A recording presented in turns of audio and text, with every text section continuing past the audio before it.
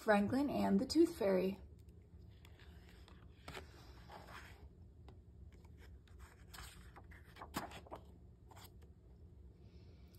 Franklin and the Tooth Fairy by Paulette Bourgeois and Brenda Clark.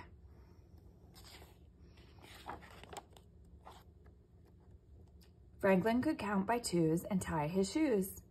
He had lots of good friends and one best friend named Bear. Franklin and Bear were the same age. They lived in the same neighborhood. They liked the same games. But one morning, Franklin discovered a way that he and Bear were different.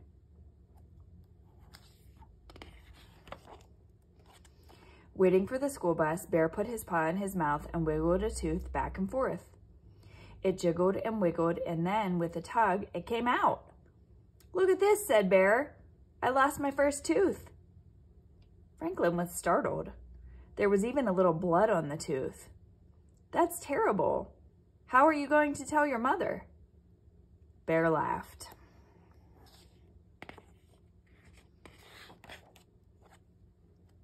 "My teeth are supposed to fall out," said Bear. "It makes room for my grown-up teeth." Franklin ran his tongue around his gums. They were smooth and firm and completely toothless.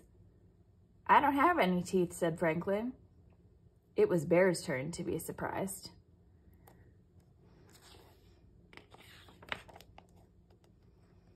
Franklin's friends shook their heads sadly. "Too bad," they said. Franklin wondered why. He had never needed teeth before. Bear wrapped his tooth in a bit of tissue and put it in his backpack. "I need to keep this safe," he said.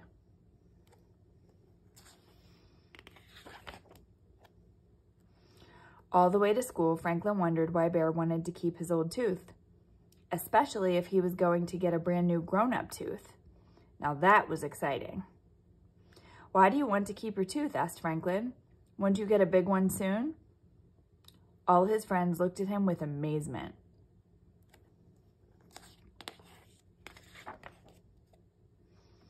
"Don't you know about the Tooth Fairy?" asked Fox. Franklin shook his head. "At night, before you go to sleep, you put your baby tooth under your pillow.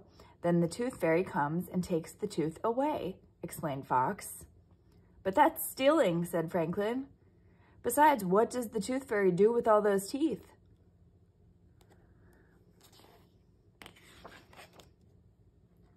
There was a long pause. Bear scratched his head. Fox swished his tail, and Rabbit twitched. "I don't know," said Bear, "but she always leaves something behind." "One of her own teeth?" asked Franklin. Everybody laughed. "Oh, Franklin," said Fox, "the Tooth Fairy leaves a present." Franklin wondered what kind of present a Tooth Fairy would leave.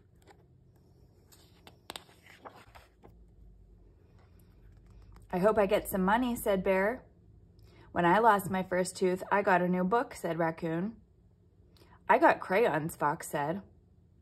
Franklin rubbed his gums. He wished he had a tooth to leave for the Tooth Fairy. He wanted a present too.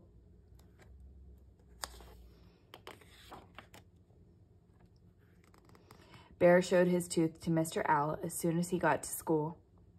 Mr. Owl was very excited. "Losing your baby teeth means you are growing up," he said.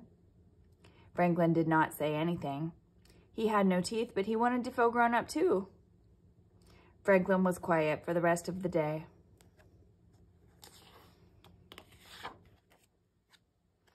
Even at home, Franklin was quieter than usual. "What's wrong?" asked Franklin's mother. "I don't have any teeth," he answered. "Neither do we," said his father. "That's the way turtles are." "But I want teeth," said Franklin. His parents looked surprised.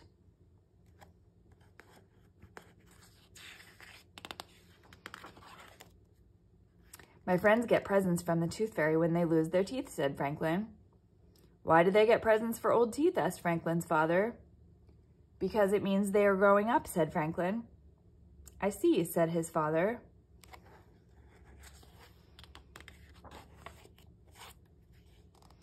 That night, just before bed, Franklin had a good idea. Perhaps Tooth Fairies did not know that turtles have no teeth. He found a tiny white rock to put under his shell. He asked his mother to help him write a note. It read, "Dear Tooth Fairy, this is a turtle tooth. You may not have seen one before.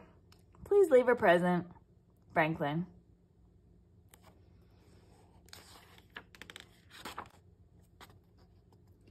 Franklin woke up very early the next morning. He looked under his shell. The rock was gone, but there was a note instead of a present. He ran to his parents' room.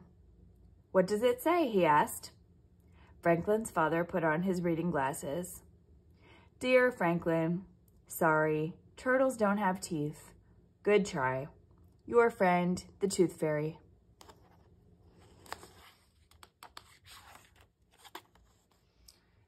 Franklin was very unhappy until he noticed a big wrapped package near his breakfast bowl. "Open it," said Franklin's mother. Inside was a beautiful book.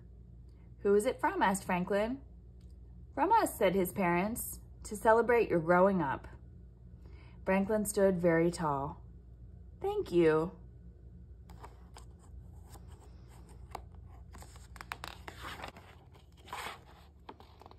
From then on, Franklin didn't worry about being different from Bear. He knew that, in all the important ways, he and Bear were exactly the same. The end.